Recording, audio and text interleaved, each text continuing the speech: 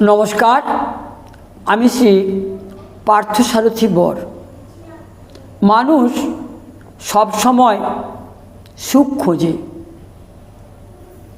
একটু সুখের জন্য তার জীবনের সমস্ত কিছু ঢেলে দিয়ে আঁকড়ে ধরে প্রকৃতির ভালোবাসা পেতে। সংসার, পরিবার, সমাজ, সভ্যতার মঙ্গলের জন্য পূজা অর্চনা। ঠিক তেমনি একটা ভাবনা নিয়ে আমার লেখা কবিতা প্রার্থনা। কবিতাটি আমার মনের উঠোন কাব্যগ্রন্থ থেকে তুলে নেওয়া। বড্ড গুমোট, সময়টা কঠিন, আতঙ্কে আঁতকে উঠছে, ধুঁকছে পৃথিবী, ভুগছে সবাই, ভীষণ খারাপ লাগছে।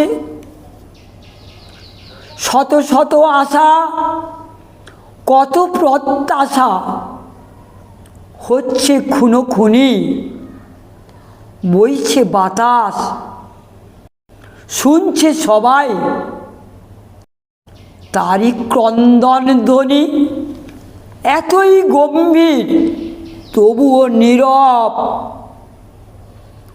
উপায় কি কিছু নাই? আত্মীয় স্বজন, কত না সুজন, সবাইকে ছেড়ে যাই। ঢুকরে কাঁদছে, অশ্রু ঝরছে, ভয়ার্ত আর্তনাদে ঈশ্বর ডাকছে, অন্তর কাঁপছে কাতর প্রার্থনাতে। নমস্কার।